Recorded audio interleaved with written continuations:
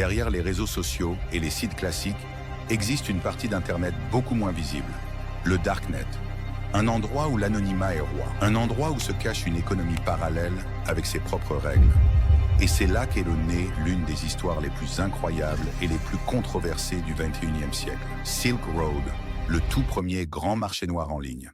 Derrière ce site se trouve un homme, Ross Ulbricht, un jeune idéaliste américain, passionné de liberté individuelle, qui voulait changer le monde, mais qui a fini en prison à vie, sans possibilité de libération. Comment un simple étudiant brillant a-t-il pu devenir le fondateur du plus grand marché de drogue en ligne de l'histoire? Pour comprendre Silk Road, il faut d'abord comprendre ce qu'est le Darknet. Le dark web. The dark web. Dark web. Le darknet. Dark web. Plus gros marché darknet du monde. Ce n'est pas un endroit séparé d'Internet. C'est simplement une partie du réseau qui n'est pas indexée par les moteurs de recherche classiques comme Google. Pour y accéder, il faut utiliser des logiciels spéciaux. Le plus connu étant Tor. Tor, The Onion Router, permet de masquer son identité en faisant passer sa connexion par plusieurs serveurs partout dans le monde. Résultat, il devient presque impossible de savoir qui est derrière l'écran. À l'origine, Tor a été créé par des chercheurs et soutenu par le gouvernement américain pour aider les journalistes, les dissidents politiques et les militants des droits humains à communiquer sans être surveillés. Mais rapidement, des criminels y ont vu une opportunité, celle de créer des espaces où la police aurait beaucoup plus de mal à enquêter. C'est dans ce contexte qu'un certain Ross Ulbricht va avoir une idée révolutionnaire. Utiliser le Darknet et une nouvelle monnaie virtuelle appelée Bitcoin pour créer un marché libre, totalement anonyme. Ross Ulbricht, un idéaliste devenu hors la loi. Ross Ulbricht n'était pas un criminel de carrière. Né en 1984 au Texas, il grandit dans une famille aimante. Il était intelligent, curieux, passionné de sciences et de philosophie. À l'université, il étudie la physique et l'ingénierie et s'intéresse particulièrement aux idées de liberté individuelle et de marché libre. Il lisait beaucoup d'économistes comme Ludwig von Mises ou Murray Rothbard, qui défendaient une vision du monde où l'État devait intervenir le moins possible. Pour lui, la liberté absolue signifiait aussi que chacun devait être libre de consommer ce qu'il voulait, y compris des drogues. En parallèle, Ross était fasciné par l'informatique et par le potentiel d'Internet. Il commença à se dire « Et si je créais un marché où les gens pouvaient échanger librement, sans contrôle, sans gouvernement ?» C'est ainsi qu'est née l'idée de Silk Road, la création de Silk Road, un marché pas comme les autres. En 2011, Ross Ulbricht lance Silk Road depuis son ordinateur portable. Le nom fait référence à l'ancienne route de la soie, ce réseau commercial qui reliait l'Asie et l'Europe pendant des siècles. Mais cette fois, la route serait numérique. Sur Silk Road, les utilisateurs pouvaient acheter et vendre en toute discrétion. Les paiements se faisaient en Bitcoin, ce qui permettait de rester anonyme. Les vendeurs avaient des profils notés par les acheteurs, un peu comme sur eBay, pour garantir la confiance. Mais la grande différence, c'est que Silk Road n'était pas un site de produits classiques, c'était un marché noir. On y trouvait principalement de la drogue, cannabis, cocaïne, LSD, héroïne. Ross Ulbricht, sous le pseudonyme de Dread Pirate Roberts, inspiré du film The Princess Bride, se voyait comme un entrepreneur de la liberté. Il pensait que son site allait prouver que le marché libre pouvait fonctionner sans gouvernement.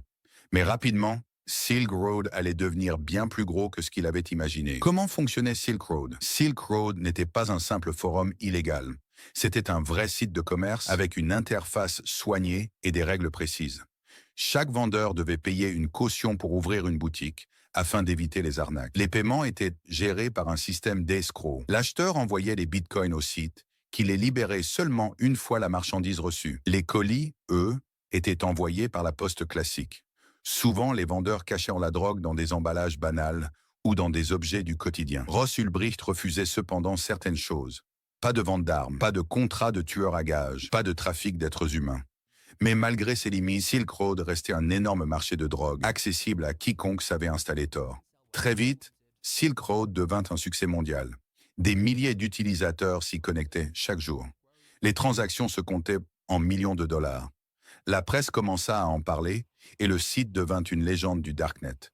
Pour la première fois, il existait un Amazon de la drogue. Ross Ulbricht devenait riche, mais il attirait aussi de plus en plus l'attention des autorités. Le FBI, la DEA, Drug Enforcement Administration, et d'autres agences de renseignement commencèrent à enquêter. Et même si Ross se cachait derrière son pseudonyme de Dread Pirate Roberts, il allait bientôt commettre des erreurs fatales. Les enquêteurs savaient que Silk Road existait, mais trouver qui était derrière était un défi. Pendant 2 ans, plusieurs agences américaines ont travaillé ensemble, infiltrant le site, achetant de la drogue pour remonter les vendeurs et essayant de piéger l'administrateur. Ross, de son côté, prenait de plus en plus de précautions, mais il avait commis une erreur dès le départ.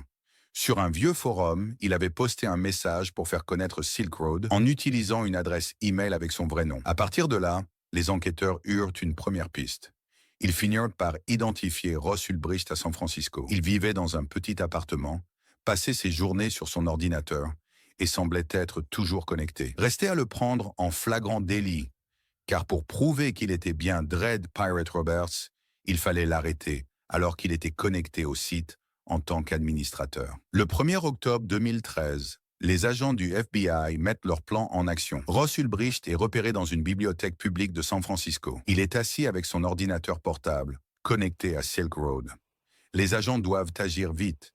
S'ils laissent Ross fermer son ordinateur, les preuves disparaîtront dans le chiffrement. Alors, une agente fait semblant de se disputer avec son petit ami à côté de lui. Ross se retourne, distrait. Et là, 2 agents surgissent, lui arrachant son ordinateur des mains, et l'arrêtent.